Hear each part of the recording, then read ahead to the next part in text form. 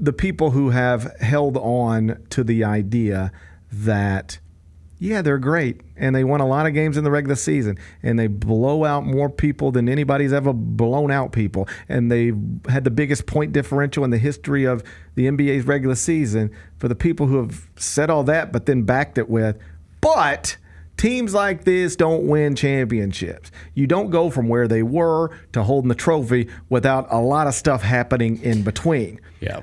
That is the narrative that has been connected to them by some. You know who they are. Mm-hmm. Big mouth. Mm-hmm. You know who they are. Mm-hmm. Oh, big mouth. That's been the narrative. And I understand it. Like, we've talked about it and joked about it and laughed about it. And he and I were texting about it last night and laughing. But if that's the narrative, I get where it came from. I understand how it originated. I'm not ignorant to the facts. I'm just saying the counterpoint I have been making for a while, you've been sitting here hearing me doing, is that this feels different to me. This feels different. Obviously. Rather than look at them and say they're too young to do it, because young teams don't typically do it. And rather than look at them and say they don't have enough playoff scars to do it, because teams without playoff scars don't typically do it, I was willing to look at them and say they will do this in the face of those trends. Mm-hmm. They will do this in the face of that history. I know teams led by 26-year-olds don't often get this done, and teams that have an average age of below 26 don't typically get this done. Right. But I think they can. And now it seems, barring a surprise, I'll just keep it factual, because it would be a surprise in the betting markets if they don't win it. So let's just keep it factual. Barring a surprise, they are going to do this. I think the scary thing, too, if you're an NBA fan and a fan of another team, is they're going to keep doing it. I'm not so sure they're even at the peak of their powers right now. They're not. They have 2 first-round picks in the next 3 drafts. Well, that's not even the thing. But I'm just saying. No, here's the thing. Chet Holmgren ain't even scratched the surface on what he's going to be. Or at the very least, he is nowhere close to a finished product. Like, they are probably about to win a championship, and one of their top 3 players is still so clearly on the way up in his own personal trajectory. Yeah, I think that's true. I mean, yeah, they're still young. I just and they're going to be able to. They're going to have flexibility. They just are, which is not something that you typically see with teams that are, right there at the top competing for a title. Usually, for the most part, those teams, they're locked in. They have their squad. They're paying all their guys. Like they're. I don't think they will do this, especially if they win the championship, because at that point, it's like you built this thing that just did it. Right. Don't mess with it. Right. That would at least be my advice. Like, don't mess with it. But they are the type of team, the type of franchise, in this moment, they could run away with this title and then put together the best package possible to go get Giannis if they wanted to. I don't think you mess with... I'm with you. If you do it, like... If you run away with a championship, average age below 26, MVP 26, you just got to leave that alone. I think so. I think you can't... Because if you do anything next year other than win the whole thing after tinkering with it, you get questioned immensely, even if you're Sam Presti. Yeah. You get questioned immensely. So I think you just leave it alone. But to your point, typically when we're talking about championship teams, they're older.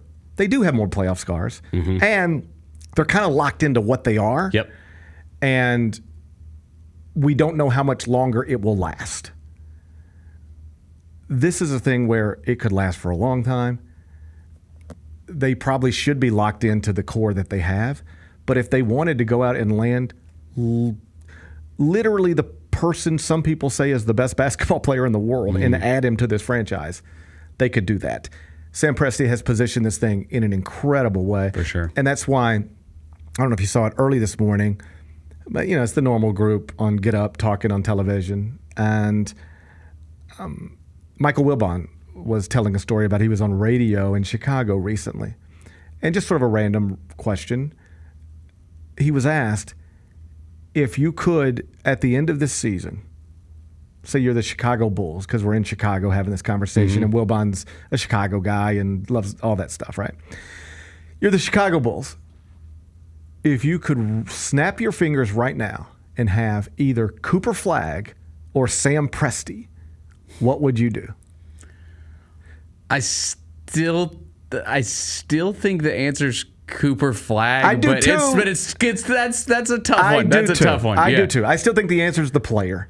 Yeah. I think Sam Presti might tell you the answer is the player. Right. Like, I think you might ask him that same question and he would go, the reason I am Sam Presti is because I'm smart enough to know the player matters more than me. Sure. All right. The reason I'm so good at this is because I know the player matters more than me. Mm-hmm. All right. So I think the answer is still Cooper Flag. But it is an interesting thing that could even be asked in a somewhat reasonable way. Would you rather just have the guy who can sit in the office and build it, or the guy who can get on the court and do it? And you might just rather have the guy who can sit in the office and build it. I guess where I would land on this total hypothetical is if you think Cooper Flag is going to be a generational talent, there's only a handful of those. And there should be at least a bigger number of people who can competently build NBA franchises. So I would side with the player. But that is where we're at. Sam Presti has done this so well that they're on ESPN this morning talking about, would you rather have Cooper Flag or Sam Presti? Like, that is where we're at. An incredible thing that they've built there, and now they're just 4 wins away from marching it all the way through. One last thing on SGA, then I got an Anthony Edwards question for you. Okay. He went 30-plus again last night, and so far, because of the nature of the bracket, they have closed out 3 playoff series. Mm-hmm. He has scored 30 or more in the closeout game in each of those series. So he now has 3 closeout games in this postseason with 30-plus points. Nobody's ever had more. All right? Which means if the Thunder win the championship and they eliminate the Eastern Conference champion in game 4, 5, 6, or 7, in whatever the elimination game is, if Shai Gilgeous-Alexander scores at least 30 points in that game, he will be the first and only player in NBA history to have at least 30 points in the closeout game of 4 different series in the same postseason. Right now, he's already done it 3 times. Do you want the list of the other men who have done it 3 times? I'm sure Michael Jordan's there. Actually, no. LeBron. LeBron is there. Yeah. I'll give it to you. LeBron James, here's the whole list. Okay. Kobe. You've scored at least 30 points in a closeout game of a series 3 different times in the same postseason. The list is LeBron James, Steph Curry, Kobe Bryant, Larry Bird, George Mikan, and now Shai Gilgeous-Alexander. Wow. That's the whole list. That's the entire list. And if SGA is able to score at least 30 in a closeout game in the NBA Finals, he will, bring a championship to OKC, but also put himself in a category 1 of 1 against all of the all-time greats. He's doing it. He's delivering. You cannot appreciate his style of play, be frustrated by the foul hunting, whatever you want to do. He's doing it. He is guiding a team, leading a team at an unusually young age to a place people his age don't usually take teams, particularly when you're surrounded by people who are similarly young. And what's interesting about this, and I'm not saying it'll always be this way, but you watch these post-game interviews right now, and they all look at him like they just sort of look up at him. I don't mean literally look up at him, like Chet Holmgren's not looking up at him. Chet Holmgren's way up here. But I mean, they look to him. No, I mean, he's the clear leader, and they know it. Yeah, they know. Yeah. It doesn't seem to be any. If I heard anybody in that locker room was like, I don't know why SGA gets all the attention, I would be like, I bet that's not true. I don't get the sense that the jealousy stuff or any of the stuff that could come with a bunch of young guys getting rich and famous and successful very quickly. I don't get the sense that any of the problems that sometimes come with that are there right now. Doesn't mean they can't emerge. This is the story of every, or at least most, great rock bands of all time. When it starts, everybody's young, hungry, just trying to make it and happy to have any sort of success. Eventually, you know what happens to all of these bands? It doesn't matter whether it's Guns N' Roses or do you go back, the Beatles. You know what happens? Eventually, you go from being young and best friends who just are blown away that you're getting to do this and you're here to, why does he get all the credit? Why are they always talking about him? Why is the photo promo him in the middle instead of me. These little things start to creep up. Then bands break up, best friends split apart. It is the history of music. And it can be the history of basketball teams as well. Penny Shaq, Kobe Shaq. These things are real things.